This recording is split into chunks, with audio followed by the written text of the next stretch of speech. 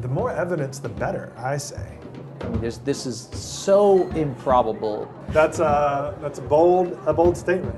I mean, I think that's a fair point, but I didn't make that argument. He did. Why is that true?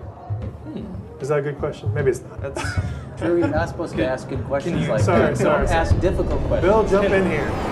I'm Bill the Christian. And I'm Drew the Skeptic. You're listening to The Divide. All right, well, we're here today with Tommy, who is a PhD student in psychology, right? Yeah, glad to have you.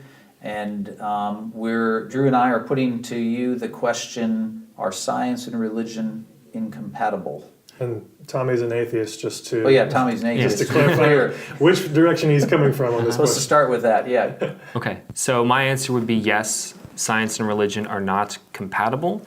And the reason I think this is because science makes truth claims about the world only after observation and testing, whereas my perception is that religion makes claims without needing a basis and puts things forth into the world without saying where they got that information. So it's an appeal to authority rather than time-tested techniques to kind of uncover new details about the world.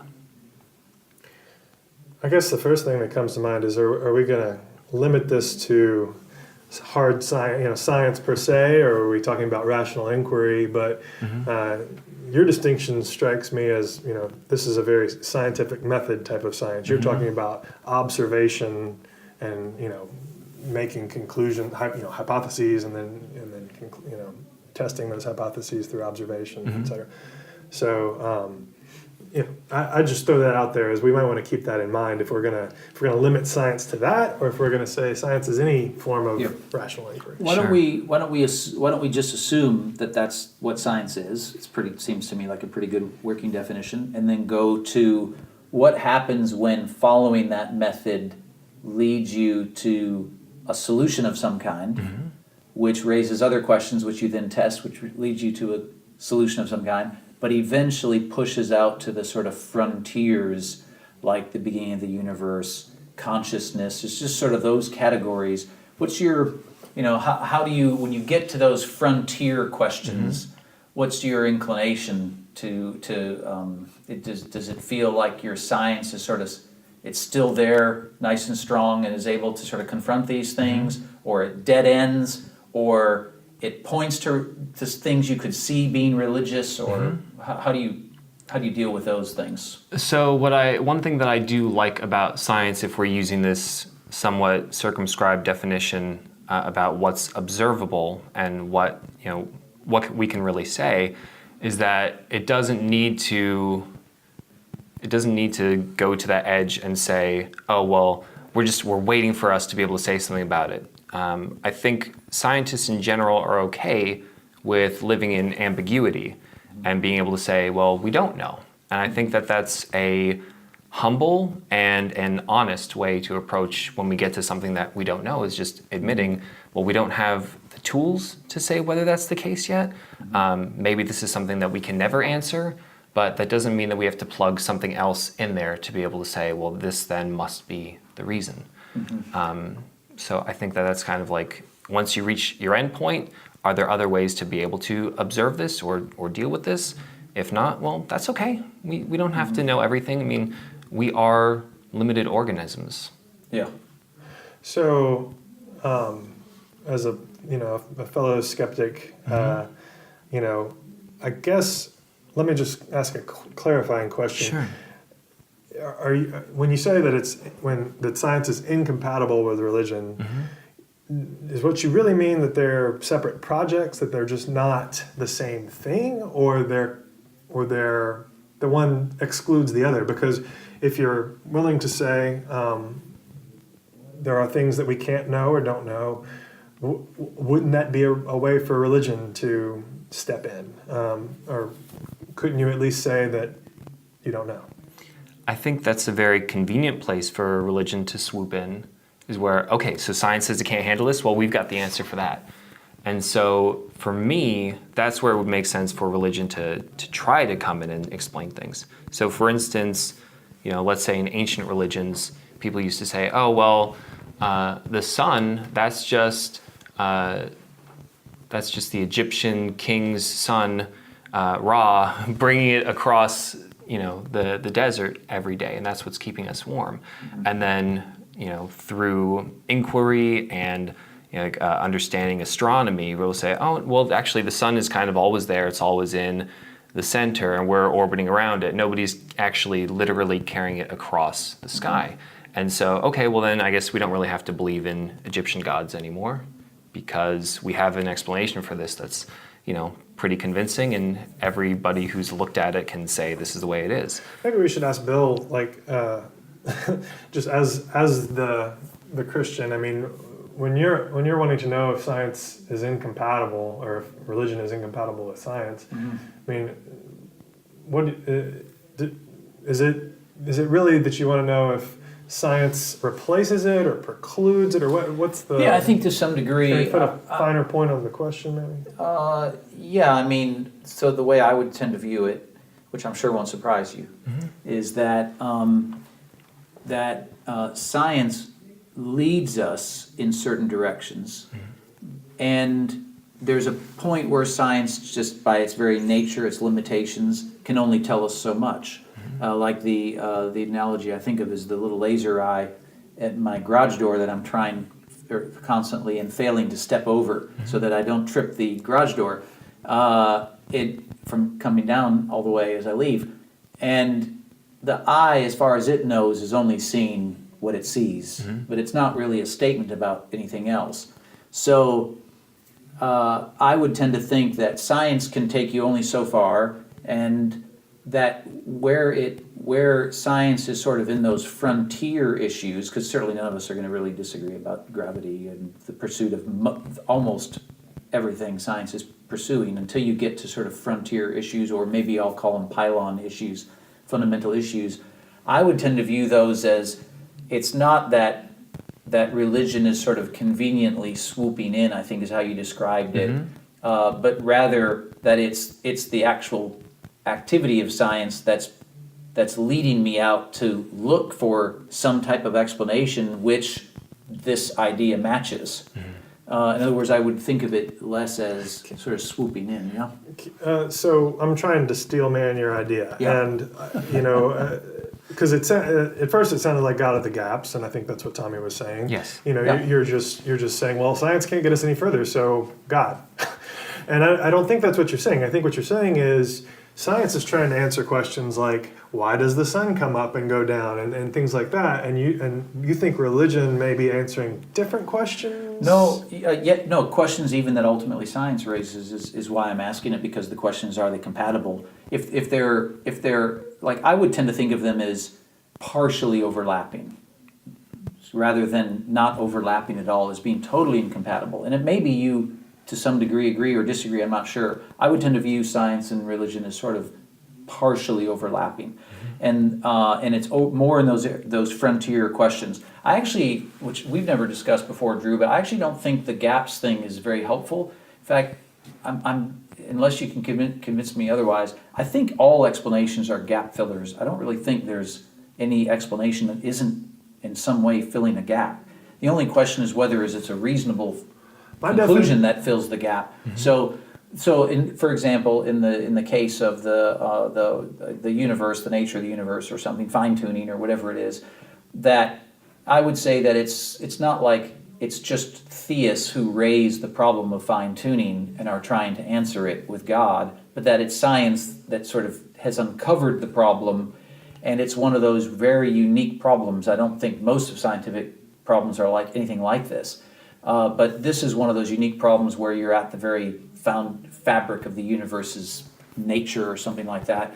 And so the question is, if science can't answer that, maybe it can. But if it can't, is another explanation that is non-scientific, I would say philosophically, a philosophical answer, could that supply the answer? So maybe that would be the question I have for you is, can philosophy, forget religion for a moment, can this third category, philosophy, provide what you consider more reasonable answers, or answers you would entertain more seriously than, say, a religious answer? Well, within philosophy, there are so many different branches to look at. Metaphysical, like metaphysical. Yeah. So ethics, I think, is useful in philosophy to kind of answer questions about what is a good way for someone to behave and exist in the world. Metaphysics, on the other hand, to me, it seems, if not useless, then meta-useless. So, never heard the term. Exactly. I think I have some meta-useless habits in my life. Right. Well, so metaphysics to me is, I don't see what utility it serves. So you think it's trying to explain things that can't be explained, and we should just say, I don't know? Well, if we're talking like ontological arguments or the argument to beauty or order or the first mover, those are all things that, that metaphysics tries to do, and I think really does pair with religion in that sense, and so there's that kind of gray area. But no, I don't like metaphysics. So it doesn't count. So go ahead, Drew. I mean, I find that to be consistent with what you said before about just being comfortable not knowing, and I think that doesn't always sit well with everybody. But I don't know. I'll let Bill address it. And who is the everybody, Drew? Well, I don't know that I need to insert Name any myself names? into this, but So let me ask you this: would you perceive me as, you wouldn't know me very well, Tommy, No. but you think I'm uncomfortable with not knowing some things? Like I would think there's at least a ton of stuff, certainly scientifically, I have no idea what, and it doesn't seem troubling to me, or a problem that we don't have an answer. And I would think that at least respectable Christian thinkers across history have been okay with not having answers to some scientific problems, no? Or do you think that's... May I insert here? Yeah. Okay, so I think that there are some questions that people don't know and they don't care about. Yeah. But this, to me, is much more fundamental. I think people deeply care about what happens when they die. Will I be punished for my lack of belief? What does it mean to be a good person? I think that these are questions that religion offers answers to that are deeply important to people. There are so many questions that may have a scientific basis. Be like, I don't care about that. It doesn't matter to me if there's like a tea kettle 2 galaxies over floating around. I don't care how it got there. It doesn't make a difference in my life. But how we live our lives, what we believe, what our identity is, and like what's our reason for being here, those are matters that I think matter to most people, and certainly to any Christian. Yeah, I think that's a really good distinction. I think especially bringing in those things that are so important to us about like the sort of questions of meaning and purpose and things like that. That it's true that those are real drivers, and that people are seeking those. They want to know those answers, and I think it's true that in that sense that there's a sort of uncomfortableness with not knowing those kinds of answers. I think it's also true we're all uncomfortable with not knowing why a physical phenomenon to some extent isn't the way it is, because our mind wants to understand it. We want to know why it's doing what it is, why it's doing or what it's doing. It's like the magic trick. You see the magic trick. Who was it? Shin Lim that won the sleight of hand this year for at America's Got Talent, I think it was. It's so mind-boggling what he's doing. You're like, I have to go see if there's something on YouTube that divulges how he did this. Like we want to know the answer. But what would be then your take? This could be for both of you, actually. I think is what would your take then be on someone like an Aristotle, who sort of stands outside of any kind of religious tradition? He certainly was not. That by any accounts, someone who you would describe as religious, and since he's the sort of metaphysician that precedes the sort of Christian tradition. What's your take on him? Like, he seems to be approaching a problem and trying to solve it reasonably and arriving at metaphysical assumptions that aren't just sort of like it's not just a religious answer, although clearly it parallels very closely. He actually has one answer, which is clearly God, the cosmological argument, the first mover argument. So what's your take on that, either of you? I'm a little unclear. I'm probably going to kick it to Tommy, so I'm just warning you. But I'm also a little unclear when you said you kind of want to throw out metaphysics. maybe I don't have a very good working definition for that, but like, what is it about metaphysics that you don't think is helpful or useful, is I think the word you use. Yeah, I think metaphysics lacks utility because for me it's still... We'll say what it is first. Okay, so metaphysics is the idea that we can use deductive reasoning in order to expose truth about the nature of the universe. And so usually it gives lots of different steps about like, okay, well, we know that things are moving now. We know that they've been moving for a long time, and eventually there had to be some sort of first mover. And so, okay, well, yeah, maybe there was something that moved first, probably. I don't have any, argument against what it was, but is that thing necessarily God? Is that necessarily the Christian God? How'd we even get to that thing in the first place? So you can kind of chase it down a really long, rabbit hole. So you think it takes a scientific concept like inertia, to use your example, and then tries to add a purpose to it, add some kind of, where did this come from? I think that's a fair interpretation. And it crosses the line of what we can possibly know. Yes. To what we can. I would say so. Would you also agree that metaphysics is, I agreed with what you said, but would you also agree that that we tend to assume that it's layers of reality, or at least one layer of reality? I think generally they had a sort of Occam's razor approach to it, that don't add layers that you don't need to add, but a layer of reality that is beyond the physical explanations for things, but is somehow required in order to make sense of the physical world, the natural. Is that you agree? I agree with that. that. Yeah. So, what's your take then on that? Is Aristotle just not realizing how useless and silly the metaphysics are? I can't remember what. You didn't say silly. I can't remember how you described it. But you said I probably useless. said lacks utility. Yeah, lacks utility. Yeah. Was he just unaware of this, or what? And I'm granted, you can't get into the mind of Aristotle per se, but There's a lot of writings out there, though. I mean, yeah. Aristotle said a lot of things that were compelling about ethics, but I think he also had followers that believe that, well, everything is made of fire or water or something like that. So he made truth claims about the world that are demonstrably untrue. Definitely. He also had beliefs that, I think things that are opinions that he called beliefs, which we're going to say, like, he believed beautiful people could never be short. That's something that he said, which is a weird thing to say. So basically, he had said some a lot of really weird things. Yeah, he said some strange things that I think don't hold up at all, and he said some other things that really do stand the test of time. So Aristotle's like okay, but he's not like a god for me. He's not something I would also like. There's no one person who's ever lived that I would say like, oh, this is the person that I defer to on all matters, philosophically, theologically. Indeed, yeah. But you're mainly talking about metaphysics, right? I was more Sure, interested in that metaphysics. one particular, obviously, as you said, there's some things you said very impressive, and other things that are just, to us seem really odd. And so obviously I'm asking about the impressive ones, where he includes metaphysics that people have certainly taken seriously since him. And I only cite him because he has actually a fairly clear demonstration, whereas Plato, has some other ways of looking at it that still end up with some sort of metaphysical reality. And again, like you said, the question isn't whether they had some ideas that both of us would find distasteful or I can't think of your useless.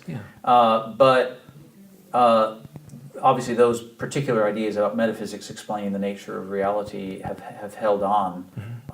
And so my question is more, is that then just... Why is it that so many of us don't see it as useless? Like, obviously, I think of it as very useful. Like, do you think that the sort of first mover or the first cause of change, I guess, is more specific to what the words mean in Greek, is just not like the explanation doesn't work?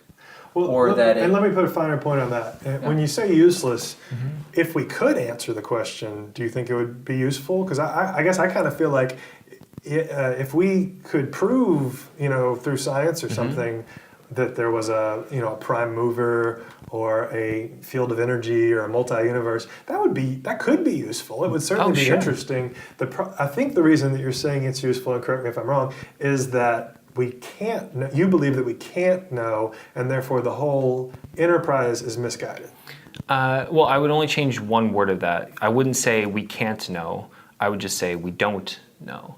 And I think that may be an important distinction. Is not helping us know. I think it's not getting us to that extra leap where it would be that, okay, this first mover is God, and specifically now this is the Christian conception of God. I think I agree with that. I think a lot of philosophy, in this specifically, it gives us ways of thinking, gives us examples of possibilities, but it doesn't necessarily come to conclusions that are practical.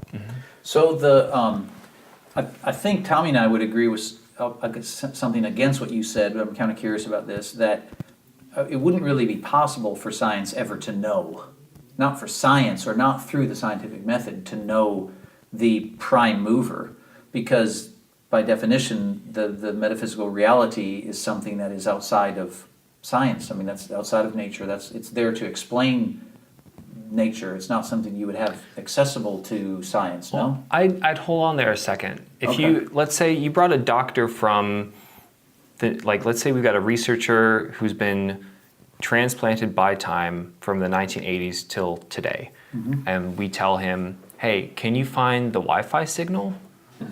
It's not going to be able to do it. Doesn't know what that means. But people today who do research can certainly find and detect and have ways to pick up a Wi-Fi signal. So if there is some sort of thing as a God signal, for lack of a better term, maybe there's going to be a place in time where that's possible for a researcher to detect. Maybe we're just not on that wavelength right now. So I'm not saying it's utterly impossible for that to be the case. I'm saying that so far, science hasn't found anything like that. So we've got this little flashlight kind of searching in the dark, but that does definitely not mean that there's absolutely a purple unicorn in the darkness. It doesn't mean that there's Jesus Christ in the darkness. It just means we don't know. And so again, it gets back to the issue of, can you be comfortable with the ambiguity, or are you going to use somebody else's idea of what God is to make yourself feel secure about your place in the universe? Okay, so here it seems like we're starting to divide is on actually understanding what Aristotle seemed to mean, or at least Aquinas understood him to mean when he said, and this we call God, right? Which is he seems to be careful to make that distinction. Is that if we're talking about, in this particular example, eternal being, I would think you would accept that it's not really science that would allow you to have access to an eternal being, something outside of our space-time universe, right? So explain to me how would, at some point, like a Wi-Fi signal, the analogy sort of fails to me because it's the kind of thing that's still part of the laws of physics and part of our universe and so on. So, but in terms of an eternal being, how would do you think that science somehow there'd be some new form of science that would access God in that sense? Maybe I'm lost. So you're saying not only is it that we don't know, you think we can't know through science. Like I would think he would agree, but I'm now kind of wondering. That's why I'm asking. Like science to me is what is the tool we use to understand the physical universe we live in, the material universe rather, and so. God, the explanation Aristotle arrives at is immaterial, eternal being, which is not just like to your analogy. It would be more like if I were to borrow it or hijack it. It would be using a flashlight to try and see if someone has a brain tumor. It's never going to work. It's because the nature of the thing is just totally different. So what am I missing, or have I misunderstood something? I don't think you've necessarily misunderstood something here. I think that, the explanations that Aristotle give, maybe even Aquinas give, they may point to some nebulous, impossible to know, immaterial force that some would call God. This then begs the question, well, what about Jesus? Because Jesus is supposedly, this immaterial form made flesh, right? So this was somebody who is tangible and who many people still believe appears to them and has a place in the physical world, who Catholics believe is literally transubstantiated from a wafer into, with the accidents remaining of the flesh and the blood. Well, and you're Appears getting, at Taco Bell occasionally on the restroom door. Sure, yeah.